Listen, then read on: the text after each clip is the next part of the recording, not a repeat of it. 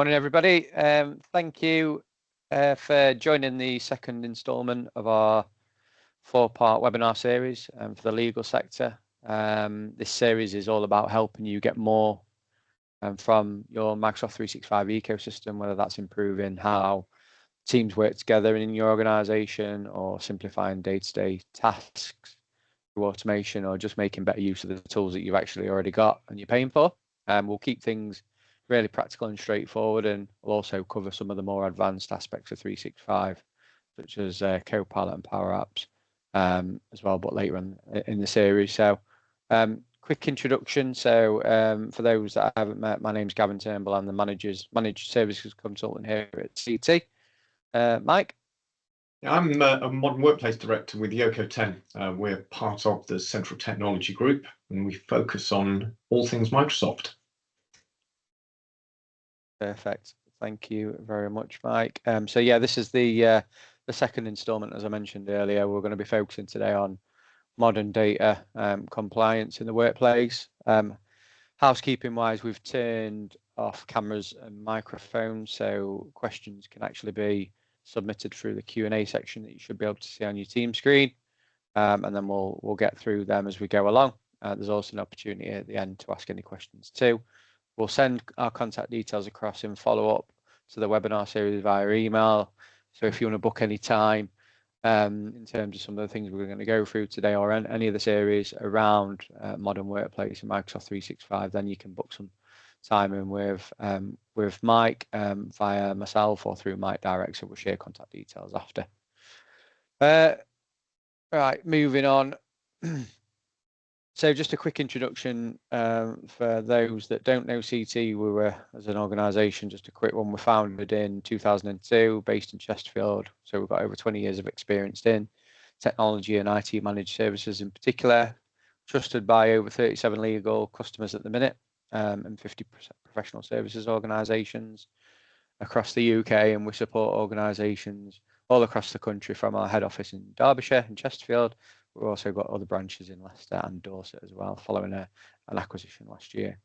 We've got a strategic partnership approach to IT and technology, which is sort of demonstrated through our partnership and acquisition with Yoko 10 through Modern Workplace, and really focusing in on and honing in on some of the technologies within 365 and Power Applications. So I'll pass you over to Mike now. Let him cover off what we're going to cover this morning. All right. Thanks, Gavin. So yeah, by way of an agenda, I'm going to talk firstly just about the importance of data security and compliance in our kind of hybrid world that we find ourselves in, where we're not necessarily working from the same office every day. Could be in a coffee shop, could be working from home. So getting the controls right for your business is going to be almost unique to your business in some respects. We'll then have a little look at sort of how we can do that. How are we going to maintain control of our data? And then sort of move into this kind of idea of use of sensitivity labels. We often sort of talk about a document maybe being confidential or restricted, but how do we actually enforce the fact that that is restricted? And who is it restricted to? So all those sensitivity labels are built into our documents. We'll then look at some data loss prevention. So how do I stop restricted documents from getting to the wrong people? And then finally, a quick look at some retention labels. So how should I keep data? How long should I keep data within my environment? So it's obviously data security is crucial to kind of modern IT systems. It's really sort of how we're protecting sensitive information from unauthorized access. Particularly now where we're used to working in a much more collaborative way. I mean, we work with a lot of organizations that move from this idea of exchanging email attachments, where it's not great in terms of maintaining control. And how do we shift those organizations over to use something much more secure to enable sort of better collaboration, either within the organization or also between organizations. So first up, that kind of important bit. A lot of businesses have regulatory compliance that they have to adhere to. So certain standards, certain ways of working, and we really need to have a method to enforce that, so that we're avoiding penalties for things like not adhering to GDPR rules and regulations. We then also have this idea of that kind of data protection, and how do I safeguard my sensitive information from just unauthorized access within the organization. Could be completely by accident, but all of a sudden people have got access to quite sensitive data. But then also, how do I protect it against like cyber threats that we're seeing more and more of sort of in recent years?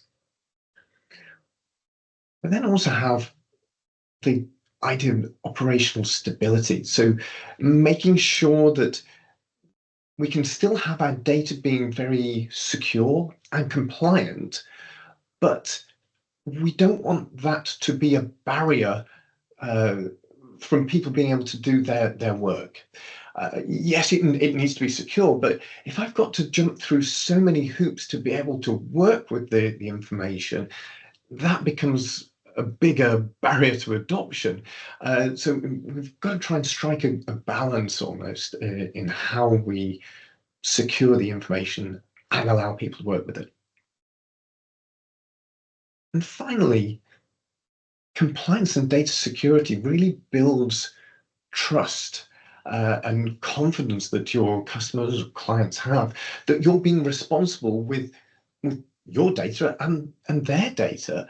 I mean, I've obviously seen examples in the news in recent months where retailers have been hit, and although there were most likely some sort of controls in place, questions are now being sort of asked, and well, were they sufficient? Were they being used in the correct ways?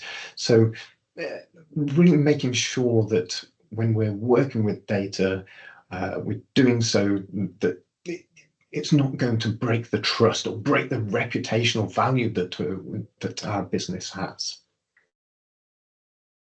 Now, the first sort of point, or the first stage in applying any kind of data security or data compliance controls, is to really understand the data that you have. So you really want to look at data almost like a pyramid, because at the very top of the pyramid, this is data that will cause reputational damage if it was leaked. It's highly sensitive information that if it got into the wrong hands could cause irreparable damage to the business. So don't try and secure absolutely everything from the beginning, but really focus in on sort of where you're holding personal data, where you're holding sensitive data, and sort of understand how that's being used. Because now that if we understand how it's being used, we've got this idea of data flows. So personal data might be created within the HR team, but now it also has to be accessed by team leaders across the organization. So how do I make sure those team leaders still have access, and we're not just locking it down to HR and kind of making it secure from that perspective? So understanding how it moves between departments, between systems, maybe even third-party data processes as well. The third element is that retention side of things. Typically, lots of organizations will hold on to data because they don't know necessarily who owns it potentially, or why it was created. We're a little bit afraid to delete that data. But on the flip side, if we're holding data, particularly personal data, for longer than is necessary, now we're kind of sort of potentially falling foul of some of our regulatory compliance instead. So looking at how long different types of data should be stored for, and building out that retention schedule. And once you've got that retention schedule, at least then we can start looking at the system side about how we can enforce that retention schedule. And then lastly, let's start looking at some of the kind of the risks, the vulnerability, and how we're handling some of that data. So where's it being stored? How do I know that it's secure sort of at rest? Now, fortunately, with Microsoft, there is they have their own site around the security of Microsoft data, both at rest within their data centers, but also in transmission between sort of your devices and their data centers. So there's a lot of sort of good information available. We'll sort of send out we'll send out the slides, and we've got sort of various links to that with them. So then, in terms of controlling our data, what do we have at our disposal? So we've got quite a few sort of mechanisms that we've got, and I'll go through some demos of the majority of these sort of as we move through the session this morning. But we've got controls in terms of how we're sharing data. If we're working collaboratively with other organizations, do I want to be able to add people to teams within the organization, or do I just want to share files with them? And if I'm just sharing files, well, do I want people to be able to share files from their personal OneDrive areas, or do I want to lock that down a little bit? Now, if we are inviting guests in to collaborate with us, what controls can we put around those? How do we make sure our guests are secure, even though we don't control their passwords? So we'll have a look at some of that as well. Then we've got on to this idea of the sensitivity labels. How can I label a document so that it's automatically protected by virtue of that label? Rather than just having a watermark in Word that says confidential, what does confidential mean for your organization? Who should be able to access a confidential document, whether they are internal people or whether they're external recipients of that information? The data loss prevention policies kind of go hand in hand with those sensitivity labels, because we can start to then say, well, if you've labeled this as internally confidential, and I try and send it to someone or share it with someone, I want you to block that. I don't even want the person to try and sort of get access to that document. So those data loss prevention policies are almost at the edge of your Microsoft environment, protecting content from escaping to potentially the wrong people. I mentioned briefly on the previous slide about this kind of idea of retention, retaining data for a specific amount of time. But you'll see we've got two things here. We've got retention policies and retention labels. So you have to think of retention policies as a very kind of broad sweeping approach to data retention. For example, we don't want large volumes of content maybe building up in people's OneDrives. So if you haven't modified some content within that OneDrive for the last 5 years, is it still relevant? Do I still need it? Or can that retention label now start to automatically delete that content for you? Sorry, I misspoke. That retention policy to delete that for you. However, a retention label provides the granularity at a file level.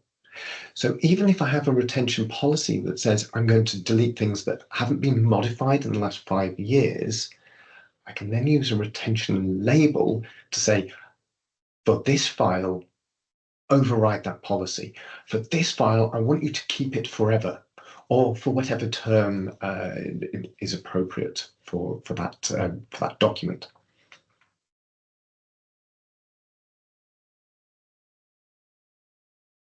So let's move on to trying to maintain control of data. I'm going to go through a very sort of simple scenario. So this is kind of how we currently work, and I'm absolutely generalizing here, versus how we maybe should work. Right? So typically, I might sort of create, have an email, and I'll say, well, I need to attach a document to this. I want to send this December report to Alex. So I'll go and find that document. I'll go and attach it to the email, and then once it's all attached, now I'll hit send and off it goes. Now, there's a number of problems with this approach because now I've got multiple copies of the file. Even if Alex is an internal recipient of this, I've got a copy sitting on the file server or my personal storage, wherever I attached it from. I've now got a copy sitting in my sent items. Alex will have a copy in his inbox when he receives it, and then no doubt he'll save it somewhere else as well. So potentially there's 4 copies of this file floating around. So now, which is the authoritative copy? If Alex makes changes and I make changes, how do we reconcile those 2 different versions of a document together? So that's challenging just internally. But if Alex happened to be an external recipient, as soon as I hit send, I've now lost control of this document. It's now in Alex's inbox in an environment that I cannot control, and I cannot control what he does with that file either. So let's shift a little bit. Let's look at links instead. So same scenario. I'm going to send this December report to Alex, but instead of attaching it, I'm going to use a link. And that link has permissions attached to it. So I'm now not sending it the actual file. I'm just saying, well, here's how to get access to that file. And as part of that, I can determine what permissions Alex has. Do I actually want him to make changes to the file, or do I just want him to be able to view it? Well, by using a link, I can sort of stay in control of those permissions. I've still got one version of the document because now it's a link rather than a copy. And so it becomes easier to sort of stay in control of that information. So when Alex receives this, well, now he's just got a link that he clicks on that then goes to the source of the document. So it sort of really makes sure you're staying in control of your content. Now, this does work for external recipients as well. There are some extra security controls that we can put in place, and whether we allow it in certain sites and or certain applications, or whether we decide to block it. But the option is there. It's just how we control that for each organization. So let's have a quick look at some of these scenarios. So I will switch over. Oops.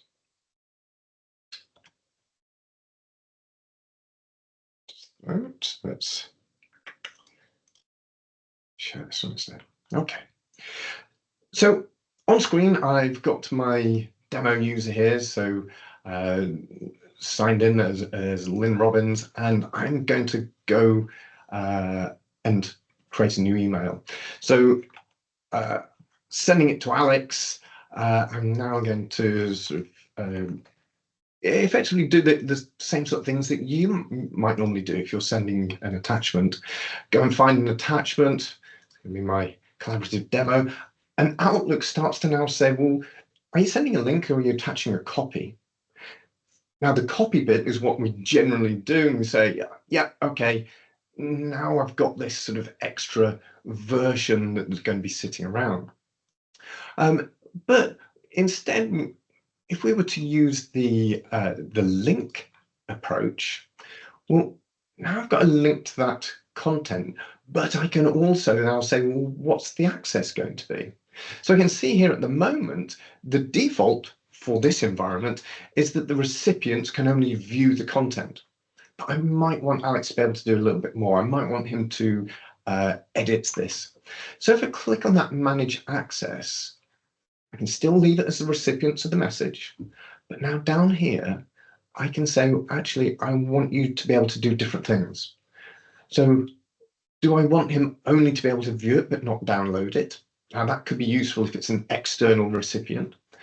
Do I want Alex to have full edit rights to this document and be able to carte blanche change anything within it? Or do I just want to apply review permissions? Now, review permissions means that he can read the document and he can add comments in the comments to paragraphs or whatever within the document. Now, I might also want to say, I want this link to expire within a certain time limit. So I only want to give him a couple of weeks to be able to do this. So I'll then go and apply that. So now this label will have different access rights for the recipients of this email. So they'll have the link in their inbox, but when they click on it after 2 weeks' time, that's when it actually sort of the link has expired and they can no longer use that information. Now, if I wanted to take this stage further and say, well, rather than just sharing links to files or folders, I actually want to bring an external person into my human resources site. So I want to sort of literally share all of the conversations and the files with this person. So subject to security controls within Teams, I'm able to say, well, go and invite an external person into this particular team. So here is my account in my domain. It clearly says that I'm a guest, and I can add that person in. Now, as part of this, I will receive a notification in my inbox to say that Lynn has added me to the human resources site. I will also see the ability to change in Teams between my normal tenant and my demo tenant. So I don't have to go and sign in multiple places. It's all still within Teams. Let me just check that's come through. Lovely. Okay. So if I just open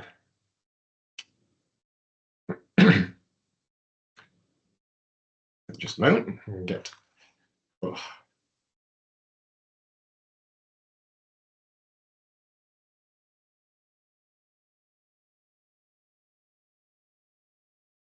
There's something else that we can do just while that's logging in, is that as part of being a guest, well, as an admin, I am having to rely on the fact that the guest domain, the guest administrator here has said everyone must have complex passwords, or everyone must change their password on a regular basis. Because if they don't, well, now that becomes a problem. That guest account could be the weak link that exposes my data elsewhere. So how do we protect against that? Well, this is where we have two controls that we can use. Now, the first of those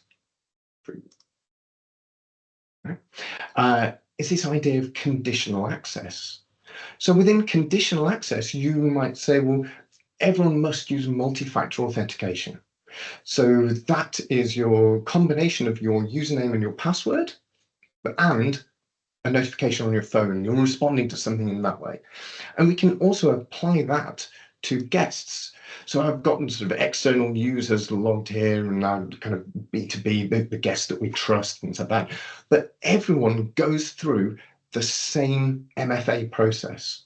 Now that means that that guest domain could be as insecure as we like, but as soon as they connect to our data, they must register for multi-factor. They must use a second factor to be able to get in. We're not just relying on a very potentially simplistic password. The other control that we can put in place is that maybe not every site we want to have external sharing turned on. So for this human resources site, I can see here that here's my team.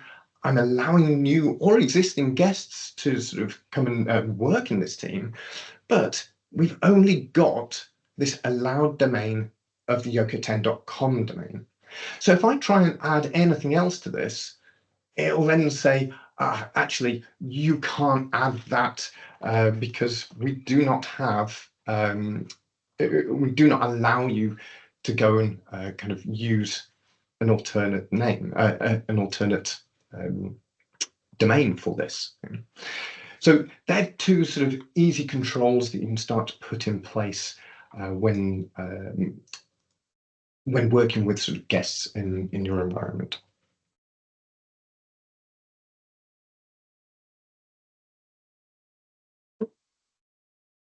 Let's switch back to that deck.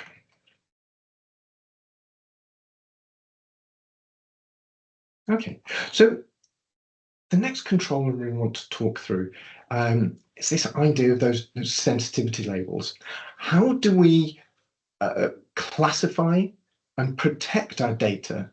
We're used to having this classification system, maybe of kind of public versus sort of confidential data, but generally speaking, no real way to actually enforce what that means. So this is where those sensitivity labels come in.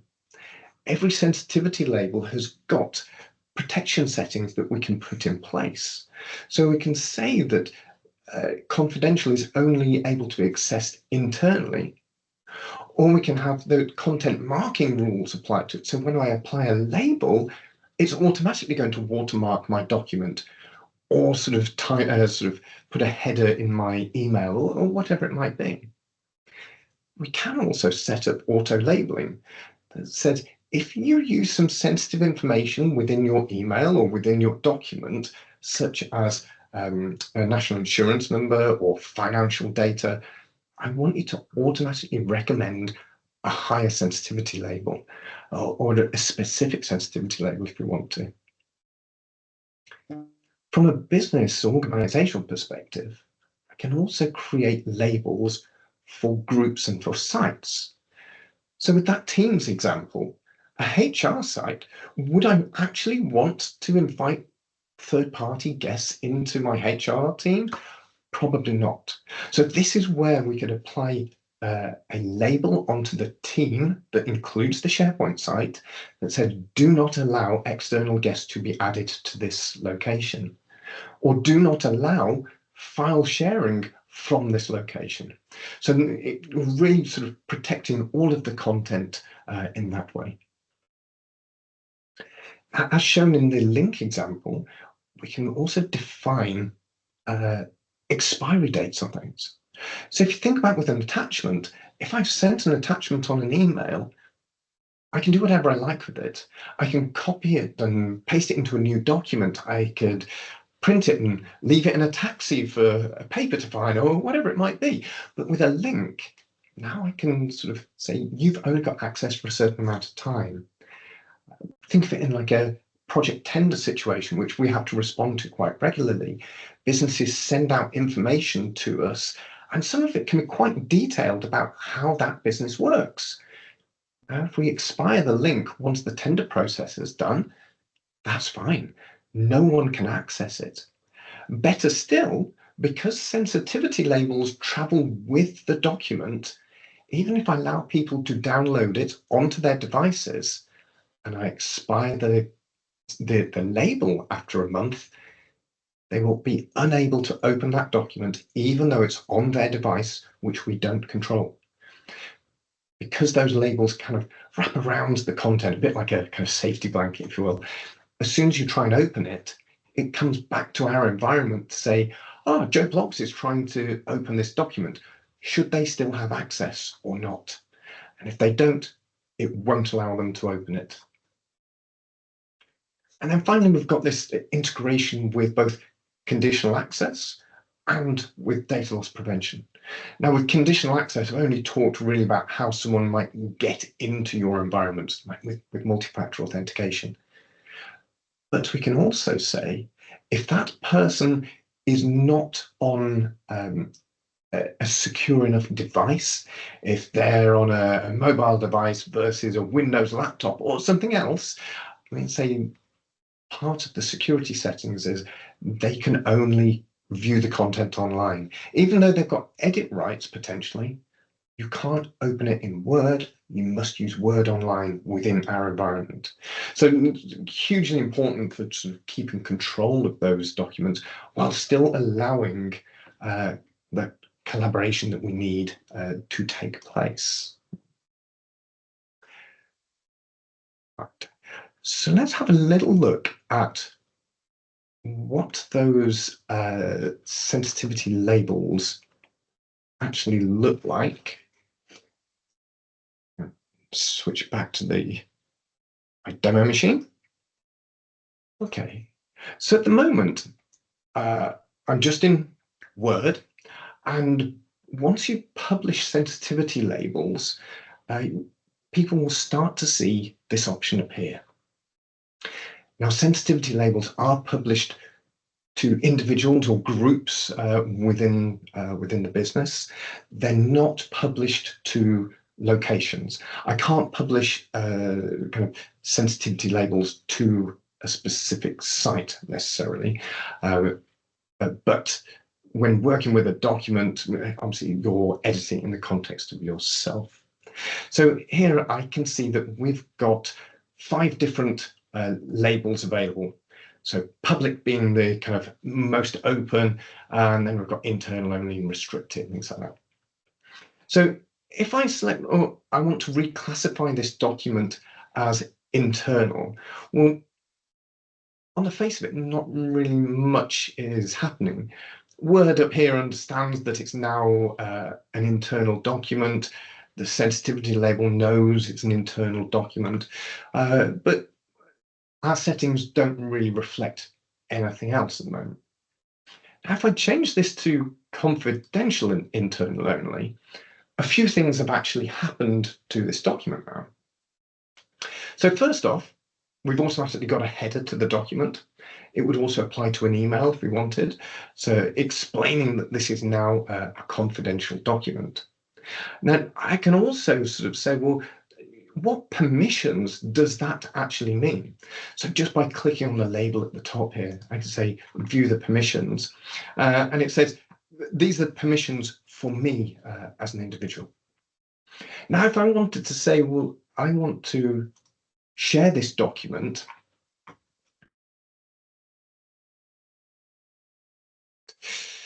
because we're working in real time, I'm going to have to close it, reopen it, because otherwise it's not going to kick the processes in the background. So what I was looking for there is when I sort of click on the share, it's still not picking it up. We should have these extra label that sits underneath here to say, well, actually, this is an internal document, so just be aware of what you're trying to do with it. We'll see, it may not have kicked in just yet. No, it hasn't. So what we've got here is a slight mismatch between the fact that the label has been applied to the document, but at the moment that change hasn't fully registered with Microsoft Purview. So Microsoft Purview is where we configure all of the labels, the data loss prevention policies, all those sort of things. You know, one more, and then I'll move on to show you something slightly different.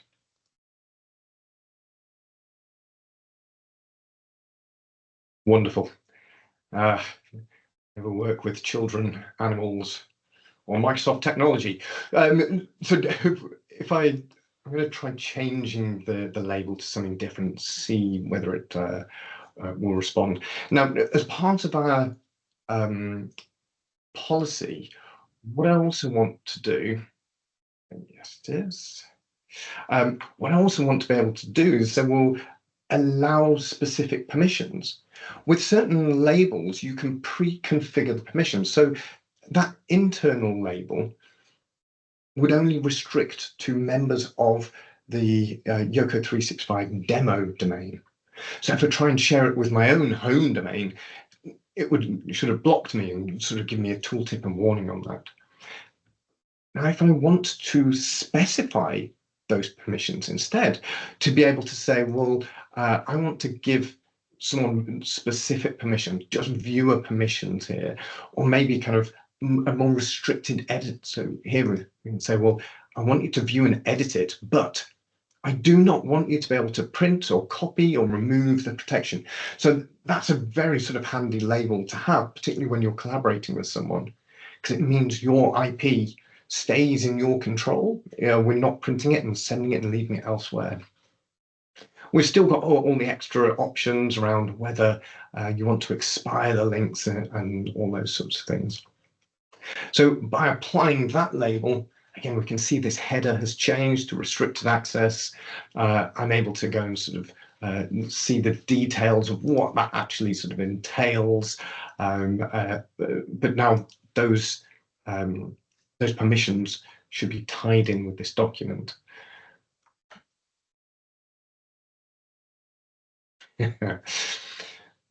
We've got another demo in a bit, so I'm going to change this back to internal only and wait for it to do the magic behind the scenes. Actually, so there is one more thing. This might confuse it even more. As part of a policy, if you want to say, well, why are you changing it down? Why are you going back to a more open setting rather than being quite secure? Well, now I can put this justification in, and this justification gets audited and tracked, so that when we're trying to work out, well, how did this document, this restricted permissions document, how did it get out to a third party? Well, now we'd be able to see that Lynn downgraded the sensitivity label and said, oh yeah, the previous label was incorrect. Because it's been audited and tracked, we can have a conversation about that and understand why that happened, why that change happened. Just put it back there for now.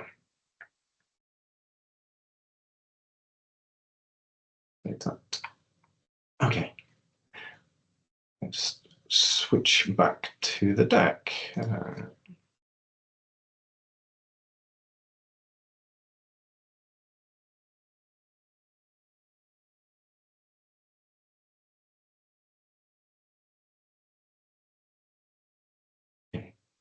So those data loss prevention policies, I describe them as kind of being on the edge of your environment. They're the ones that stop the data from leaking out or going to the wrong people in the wrong circumstances. They work with sensitive information types as well. So a sensitive information type is like financial information or personally identifiable information. Now, Microsoft have got a lot of these kind of patterns built in. So if I want to say, well, anything that is a driver's license number or electoral roll or national health service number, national insurance, all those sort of things, they're already built in. But you can also define your own as well. So if you use a particular type of matter number format or that sort of thing, we can start to say, if I see this case number, this matter number, automatically apply this data loss prevention policy to it, whether that's a block or whether it's a warn to the user that they're trying to send or share information. Now, depending on the policy type, we can say, well, I want to specify whether just a tooltip is going out. I want to remind people that this has got sensitive information in. And if they still want to do it, well, now I can provide an override to a full-out block if I want to. We can start to apply some custom permissions as well to be able to say, well, if I'm trying to send an internally confidential email and I've disregarded all of the potential warnings and tooltips, do I want to automatically strip out the permissions for that external user? So the data loss prevention policy can reinforce what your organizational data sharing policies are. Combined with those conditional access policies as well, this is where we can start to say, I don't want you to be able to take data offline and save it in your own areas, your own laptops, third-party laptops. And the conditional access and data loss prevention together are then able to say, you can only work with this data online. So it's that kind of belt and braces approach to securing the information. We can build in sort of alerts and notifications if people have overridden a policy, or we've shared data sort of accidentally. We can have those centralized alerts set up so that we can start to investigate what's going on, rather than only find out weeks later when we've realized that data has been sent inappropriately. And lastly, those data loss prevention policies also work with the kind of retention label we're going to look at in a moment.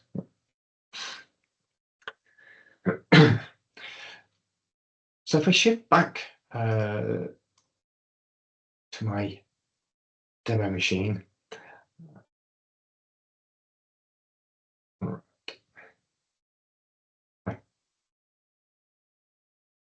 it showed up eventually. So this is actually an example of that data loss prevention policy, where I've tried to share a restricted document with an external person. So even though the interface wasn't showing the fact that that label or that document was supposed to be internal only, data loss prevention has picked up the fact that I've tried to do that, and it's saying, oh, you're now trying to share it with people outside the organization. So like I said, that belt and braces approach to data. So if I'm going to go back to trying to send an email externally, and for whatever reason, I need to share my my national insurance number here with someone outside of the organization. And because we're protecting personally identifiable information, I've instantly got this policy tip up here. It's recognized this is a sensitive information type. It understands it's a national insurance number format. And it says, okay, we've got sensitive information found. Please verify the recipients before sending it to Michael, who's outside of the domain. Now, if I still want to do that, I can say override. And by overriding it, I've now logged the fact that I've seen the message, I've understood, and I'm still going to sort of send it anyway. Now, notifications will also come up to be able to say, you've sent this information, you've also overridden it, you're kind of well aware of what you're doing in that scenario. Okay. Now, if I was within Teams instead, I want to look at, well, sharing data and sort of allowing that share versus not. I can see that if I go back to my files, so here I'm in OneDrive, I can see that I've got some data has been shared up here. We can also sort of show within these views whether data is confidential or not, things like that. Now, here I've got a document that has already been shared externally. So this little label here, that's what I was looking for within Word earlier. So just out of interest, right? Let's look at this one. So this one here clearly says it's employee details. Now, I can also see when I hover over it that data loss prevention has realized the sensitive information in there. So I've got a tooltip directly on there that says it contains sensitive information, certain things are not going to be available to me. So if I try and share this data. Okay. So again, I can't share this because data loss prevention is also blocking that sharing action from me. So I can't send it. The only way I can sort of get around this is if I were to remove my external recipient completely. So if I do that, now it recognizes that I can send this internally and sort of not fall foul of that, of losing control of that sensitive information.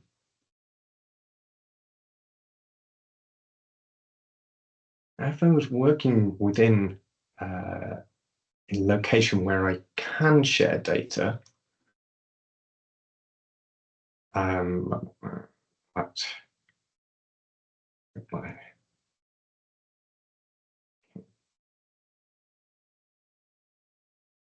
I've got some job specs. I need some help working on them. I can see, so all of this data is still stored within SharePoint, because Teams is just that kind of using the Microsoft marketing language, single pane of glass for lots of different applications here. So this is surfacing our SharePoint documents. And I can see here the sensitivity is all set to public. So I'm okay to share this.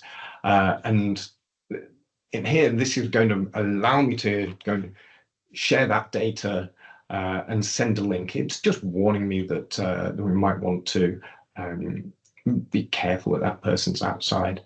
And in sharing it, again, I've still got those options on how I share that data.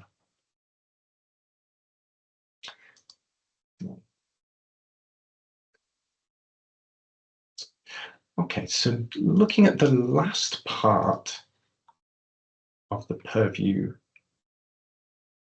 stack is more the data retentions, data governance side of things. So with our growing volume of data that is stored in our environments, how do we know what data needs to be kept and what data needs to be removed? We normally have some kind of data retention schedule, but how the heck do we enforce it at scale? It becomes too much of a problem for any one person, and we have teams of people potentially doing it. So it becomes a highly time-consuming activity. So this is where we've got that idea of a retention policy. Now, the retention policy is going to allow you to retain or delete content across a Microsoft 365 workload. That could be emails, documents, it could be Teams messages, and sort of restricting the amount of chat that we can go back and historically search for. A retention label is slightly different because that's the more granular approach. That is where I want to label an individual file and mark that to be retained under a certain policy or deleted at a certain time. We can also create those retention labels to be event-based. Because think about my HR sort of scenario. I might have data about individuals in the organization. And when those individuals leave, how long do I keep that data for before deleting it? How do I understand how to start the clock running on the fact that one of my colleagues has left, and in 5 years' time, I need to delete all of their content? So this is where event-based retention comes in. We start to sort of look at what's a key identifier for this particular person in our employee scenario. So we might have an employee number that's associated with a large number of documents through metadata. Now go and find those, and we can sort of bring those for review rather than automatically deleting them. So there's different ways of creating these retention labels. From an email side of things, we're now going to look at retaining mailboxes for a little while, because inevitably, all best intentions aside, those kind of handovers that people do when they sort of move on to pastures new, they don't necessarily include all of the sort of the detail. So how can I retain Mailbox to be able to go and look at it historically and find out information? We also have the ability to declare items as records. And a record is an immutable copy of your document, of your content. So if you think about a contract, I want a digital contract. I've written it in Word. I've then had it signed with Adobe Sign or whatever signature program you want. And now that comes back in. Well, if it's in Adobe, can I use the full version of Adobe to modify this contract? Or do I want to lock that potential for modification down?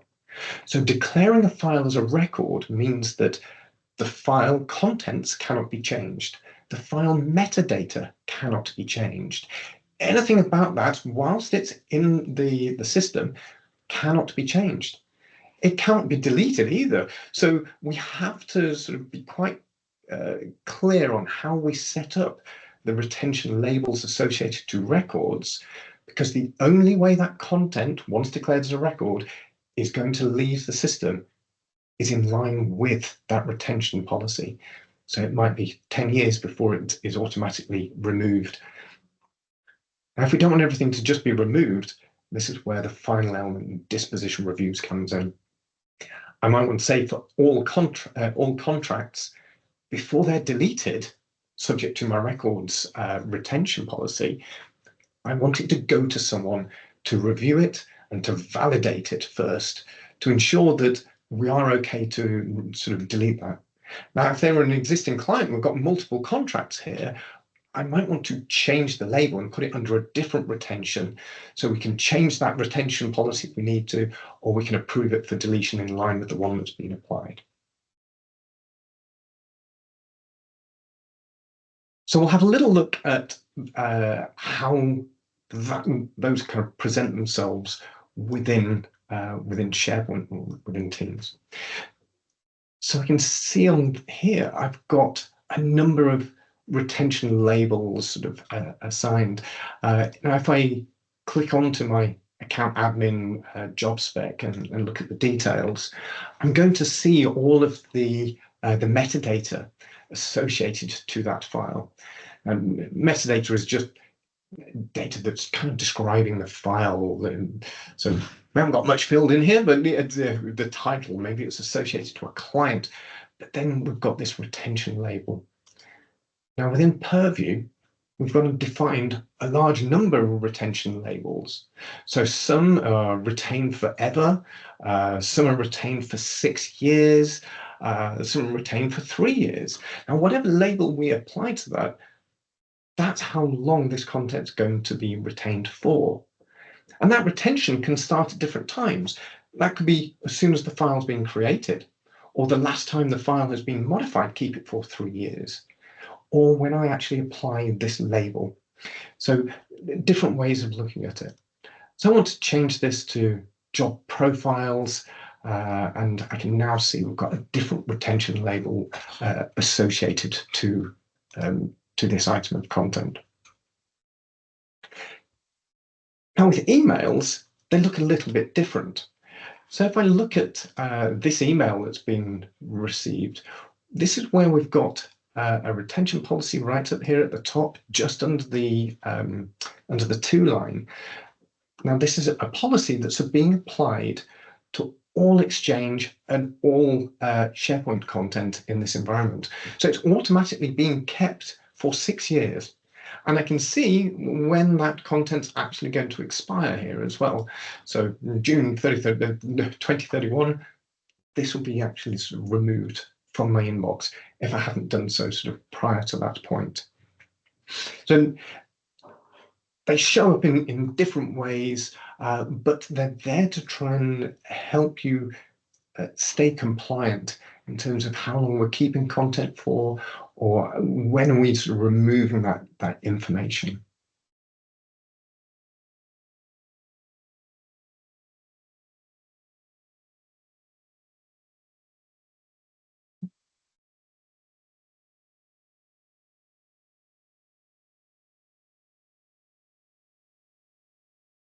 Okay, let's just go back to the deck.